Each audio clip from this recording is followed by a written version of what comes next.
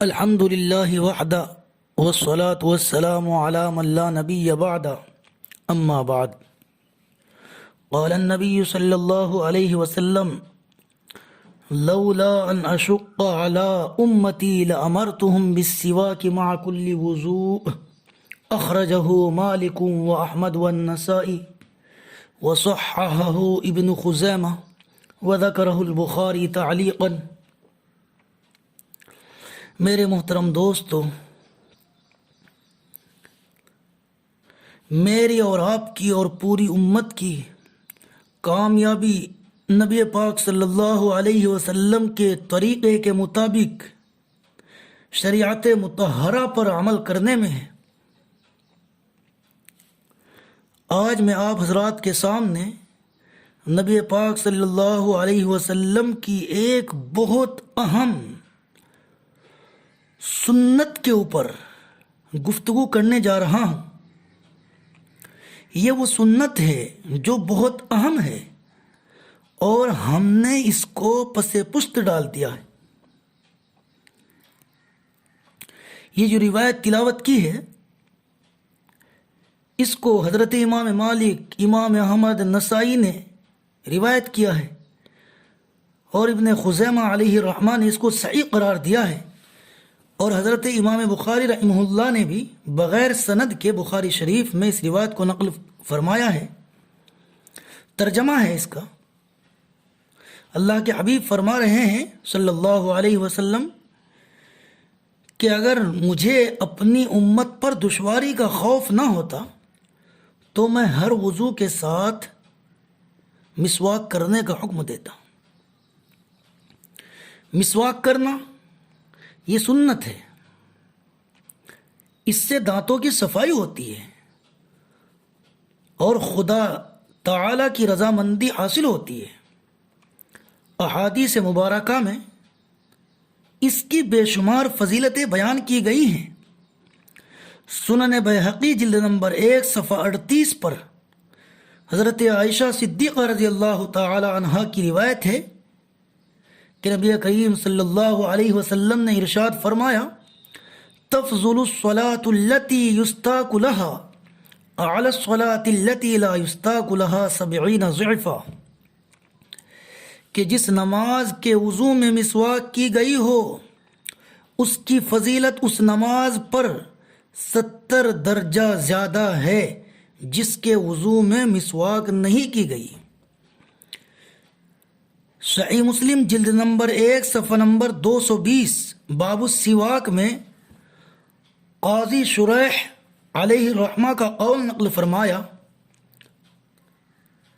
قاضی شریح فرماتے ہیں کہ میں نے حضرت عائشہ رضی اللہ تعالی عنہا سے دریافت کیا کہ نبی کریم صلی اللہ علیہ وسلم گھر میں داخل ہونے کے بعد سب سے پہلے کیا کام کیا کرتے تھے. حضرت عائشہ رضی اللہ تعالی عنہا نے جواب دیا: مسواک کرتے تھے.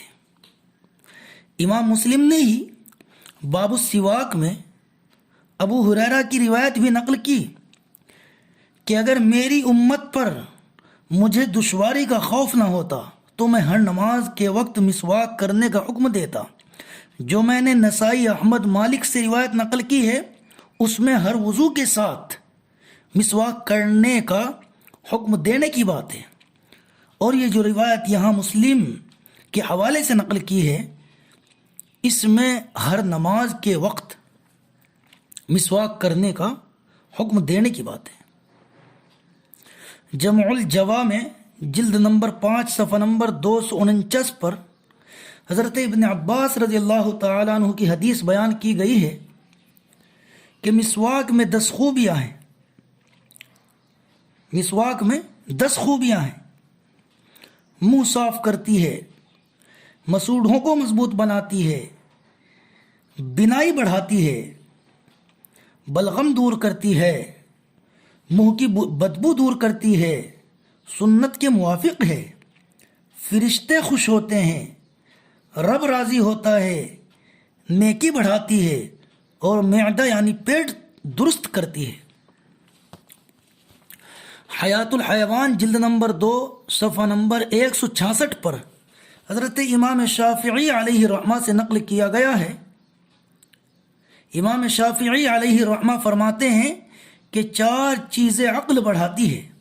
نمبر 1، فضول باتوں سے، لا یعنی باتوں سے پرہیز کرنا۔ نمبر 2، مسواک کا استعمال کرنا۔ نمبر 3، نیک لوگوں کی صحبت اختیار کرنا، اللہ والوں کی صحبت اختیار کرنا۔ اور نمبر 4، اپنے علم پر عمل کرنا۔ مسواک کی فضیلت میں بہت ساری اور احادیث ہیں، اختصار کے در پہ ہوتے ہوئے ہم سب کو بیان نہیں کر سکتے۔ مجموعہ احادیث کو سامنے رکھ کر یہ کہا جا سکتا ہے کہ حضور پر نور صلی اللہ علیہ وسلم دائمی طور پر مسواک استعمال فرماتے تھے۔ اس لیے ہم بھی مسواک کو اپنی زندگی کا لازمی جزو بنا لیں۔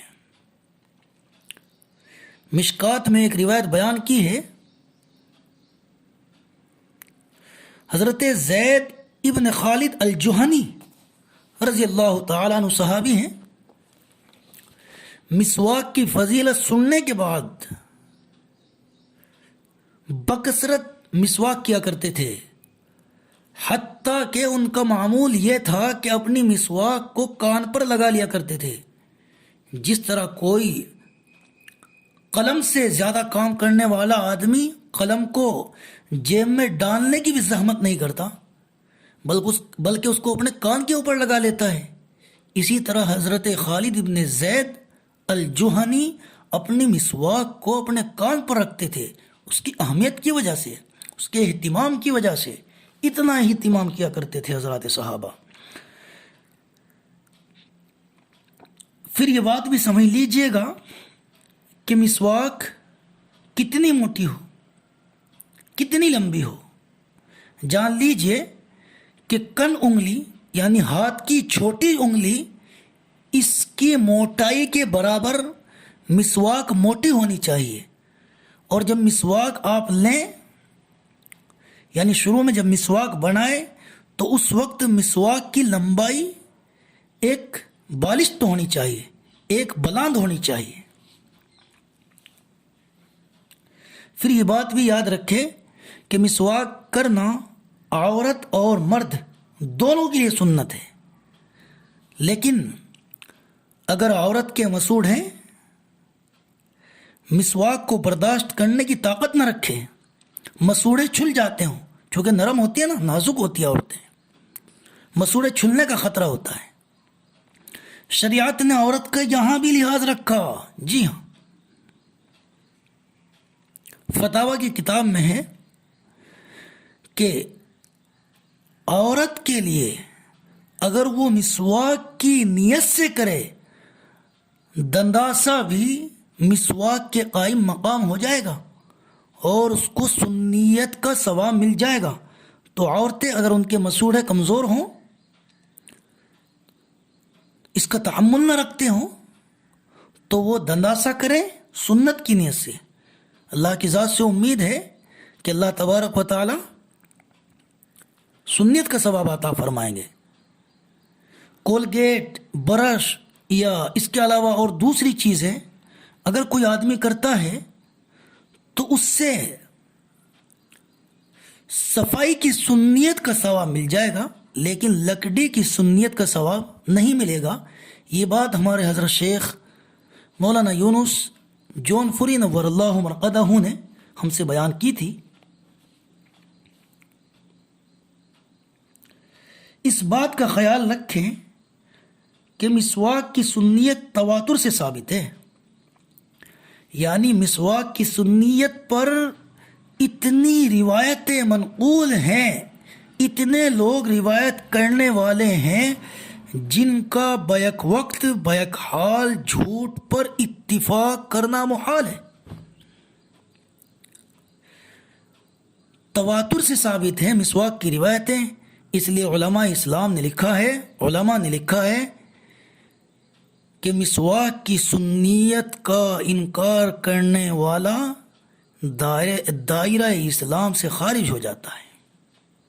اس لیے میرے دوستو، آپ حضرات سے درخواست ہے، میں اپنے نفس سے بھی کہتا ہوں، اپنے آپ سے بھی کہتا ہوں، اور آپ سے بھی کہتا ہوں، اور پوری امت سے درخواست کرتا ہوں کہ اس اہم حکم یعنی مسواک کو اپنی زندگی کا اہم حصہ بنا لیں۔ نبی پاک صلی اللہ علیہ وسلم دائمی طور پر مسواک کیا کرتے تھے۔ مسواک میں بے شمار فائدے ہیں، کر کے دیکھیں انشاءاللہ العزیز عمل، اس کے بعد انشاءاللہ پتہ لگے گا۔ اللہ تبارک و تعالی عمل کی توفیق عطا فرمائے۔